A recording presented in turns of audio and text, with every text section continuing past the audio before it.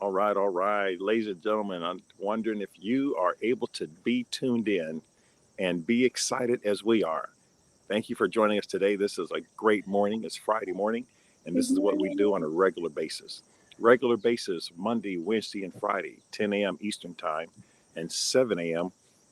in the West Coast Pacific Time.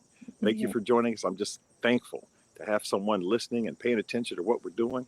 We're looking forward to bringing to you some very good content and some materials that could be of great value for you. And you could even pass it on to your family. You can pass it on to your kids, grandkids. We're sharing things and concepts that literally, coach, are multi generationally beneficial. It's a lot of words. I had to step back a couple of times. Multi generationally beneficial. Come on now. Listen, ladies and gentlemen, listen up to Coach. Coach has got some incredible content to share with you as well. So, Coach, could you take it away and help us bring the fire, thunder, rain, and lightning? Can you do that? Well, I'm excited this morning. I am so excited. Like you, as always, man, it is good. It is good to be alive. I can't believe that. Wow. Oh, Anyway, my phone just all of a sudden. Anyway, I'm extremely excited this morning, Marcus. It looks as though you're looking over to one side. There, are you back? Are you back? Right along in there. It seems like you're more centered toward us, but yeah, right there. Hey. I get it. I did the camera. Okay. Woo. So they know we live. The Yes, way we do if it. I'm they just, didn't, if they didn't know, they know if you didn't now. know, now you know. If you don't Now know, you know. Man, I am stoked this morning. I've been up since 2:30 my time, 2:30 Pacific Standard Time. Insane. Just so many things on my mind, on my heart, and my spirit to share just regarding the event in October, regarding yes. some things we have percolating in the background. I'm so stoked. Oh my gosh. And then I had this thought. I knew that we would be continuing today with some little excerpts or what have you from the Exactly. journal. Exactly. Yes. So I had some thoughts this morning. So this morning we're going to this is our topic. And I tell you, if there's anyone watching right now, or if you're watching the replay, tag and share, tag and share, tag and share this broadcast. If you've never done it before, let today be your first time. Let this be the way. This is the way that you step onto the scene and come on out with these reels. Today's topic is stand up, square your shoulders, and find your voice. Stand up, square your shoulders, and find your voice. You know, the journal talks about journal talks about learning to love yourself Yes. after abandonment, abuse, and rejection. And one of the things that's just struck my heart and my mind this morning is how one of the first things that a person experiences when they've gone through abandonment, abuse, and rejection is, we talked about it last night, feeling unworthy. And the Right. next thing to go is their voice. They stop Exactly. speaking up for themselves. They'll even start dressing in a manner to hide themselves, or the other extreme, to try to get to be noticed or what have you, very flamboyantly, loudly, because they're wanting to make a statement, they're wanting to be seen, but feeling internally that they're not seen and that they're not heard. Coach, would you even go as far as saying that a lot of those behaviors and dressings and attire is being executed and exuded unconsciously? They're not Yes. aware of it, Coach. They're not aware. I know a person. They dress in black every day, and so their friends try to help them change that and bring color into their life.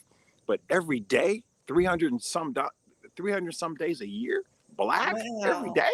That's a sign. Wow. But a lot of times, I just want people to know it's unconscious, and we're here to help.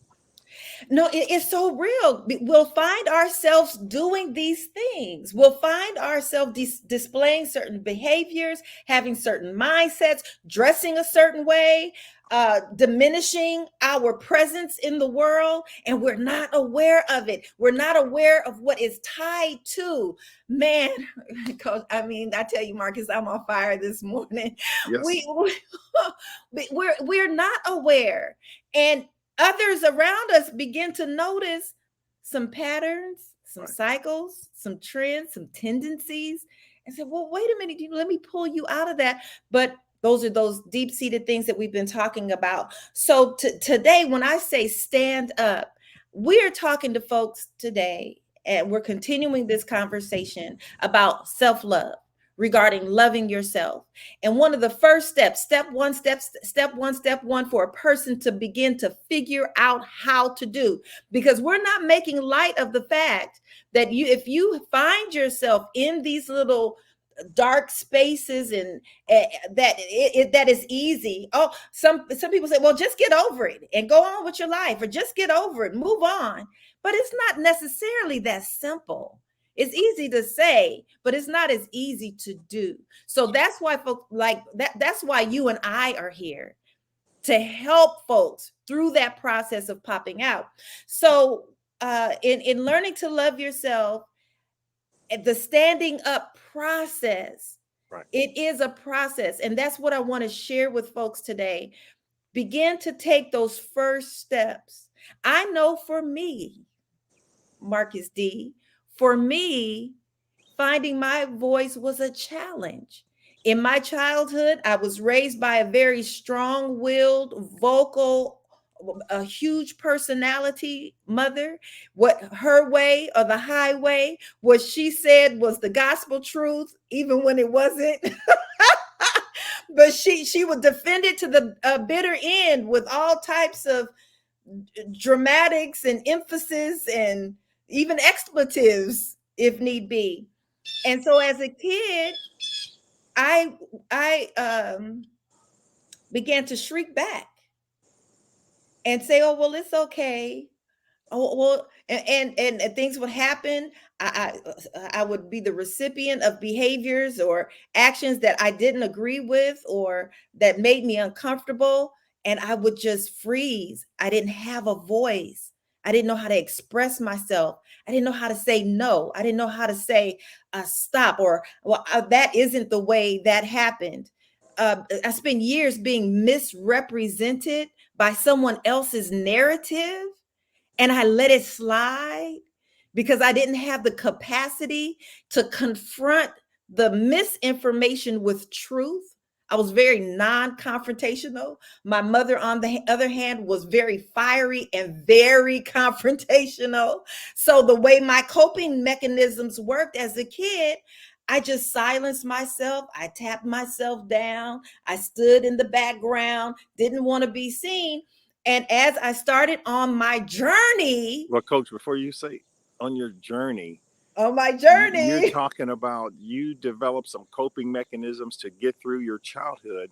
And do people like yourself and others, we bring those coping mechanisms into adulthood and cause so many areas of dysfunctionalities where now we're trying to be an employee or an employer or a business person or a spouse, a husband, wife. We're trying to be a grown adult with the coping mechanisms that we develop as a child, and then we have these lives as an adult that doesn't work. Could we help some folks with that situation if they're not, even if they're not aware consciously of what they're doing? Marcus, that is why we're here 3 times a week. That is the reason we have these conversations over and over again on various topics, because our goal is to hit something that will strike a nerve in someone else and say, I do need to get up. I do need to stand up. I do need to re-engage and do the work necessary to take my life to the next level, to take my existence to the next level. Can we? Do you and I have the capability, the capacity? Absolutely, yes. 75 years combined? Yeah. 75 years combined experience. And you're only getting 1/10 of 1% of what our capacity is through these live streams that we're doing. So this is the reason we're here. Marcus and I have experienced these things firsthand, and then we've dedicated the lion's share of our lives assisting, coaching, teaching, training, developing others to find their voice, to stand up, to square their shoulders with confidence and self-assurance. That is not a walk in the park for a lot of folks. That's right. But that is what they glean from us, whether they call that number and get a 15-minute starter coaching session. Call the number. Don't just watch it day after day after day and not call the number. Call the number. We're here to help. We're here to help those individuals begin that journey, take those first steps of finding their voice, finding their value, tapping into their confidence, and ridding themselves of those self-sabotaging behaviors that are there as a result of childhood traumas. I mean, and listen, we always talk of childhood, and it may not always be parental. It may, like you mentioned a couple of weeks ago, bullying at school. Our kids go through so much on the school campuses. I'd even say go as far as saying this too, Coach, that we're not saying we're better than anybody. We're not even saying that we've got all of the answers. We just simply have been trained over all these combined 75 years to at least point you in the right direction. I point people to where I go. I point people to where am I learning from?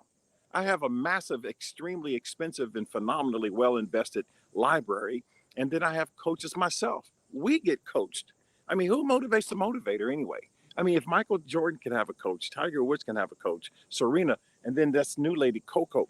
I mean, people have coaches and they're the best at what they do. So we're just simply saying, look, you don't have to necessarily do what I do or do what I say, but I can point you in the direction. I can point you to the direction where to go. I can point you into the direction on where to go. I can say, look, here, focus on this particular leaf right here. Yes. Let's look at that leaf together. Let's analyze that together.